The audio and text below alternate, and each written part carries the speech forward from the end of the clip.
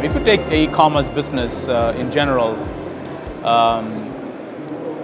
reaching out to your end users and end customers is the most critical challenge for any e-commerce business. So if you really take the crux of the business, I would say logistics makes a major part of, as a key pillar in the e-commerce business. Right from the demand planning of your product, inventory management, order management solutions, and up to the last mile until it reaches the customer. And even more in this part of the world, the cash on delivery is a major factor. So I would say logistics, a good logistics process and efficient logistics mechanism to support your e-commerce business is the key to the success of that business. If you look around the region, any industry you take, whether you take perishables, if you take fashion, retail, healthcare, automotive, in majority of the industries, I would say online business constitute less than 5% still. I mean, if you take the real, I'm not talking about the marketplace, obviously that's, they have to be 100% online. I'm talking about the brands, yeah, whether it is fashion brands, whether it is retail brands, whether it is automotive brands, come to supermarket, hypermarket chains, their online business is hardly less than 5%. So I think the opportunity for any industry to go online is substantial. I mean, it's phenomenal compared to any other markets around the world, which compared to Europe or US, even to some of the Asian markets like India, China.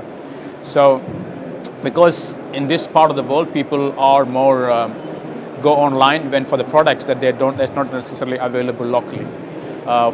Especially comes to fashion, or it comes to baby products, or even for women-related products, they mostly go online to find what is available outside the region.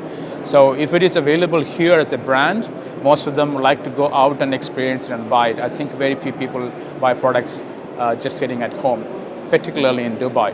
So it's a question of which industry will go online more. Obviously, I think if you take even healthcare industry, pharmacies, yes, there's quite a lot of products could be online, and they don't necessarily need to go to the pharmacies to get your products, right from the product prescription of the doctor's prescription until it is delivered. I think that will change quite a lot in the coming days. And also the data capturing at the consumer level is lacking in pharmacies. So I think all those data mechanisms to come back to the healthcare regulatory here, there is a massive change required for the whole supply chain, which moves into online or don't move to online. So that's one part. Then comes to fashion. Of course, I think it's one industry still not gone as much as online it should be in this part of the world. Even if you take general supermarkets, there are supermarkets suddenly you can place order and then you can go and pick it up and they deliver products home. I think it still makes hardly 2 to 3% of their business. So there's a huge opportunity to move in to that online area. Take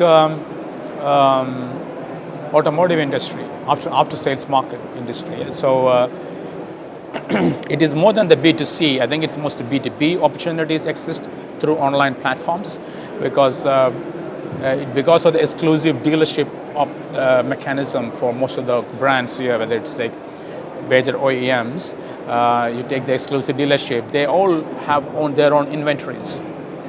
And this inventory that they're holding is massive. Yeah? In each of these countries, if you take Saudi Arabia, take UAE, you take Oman, Qatar, they all own their own inventories. And they have a huge dead stock sitting there. Whereas the cars which is running in Saudi Arabia, they're looking for these parts and they cannot find these parts. So let's create an online platform where they all can put in their available inventory online, and it overall improves the efficiency of after-sales market.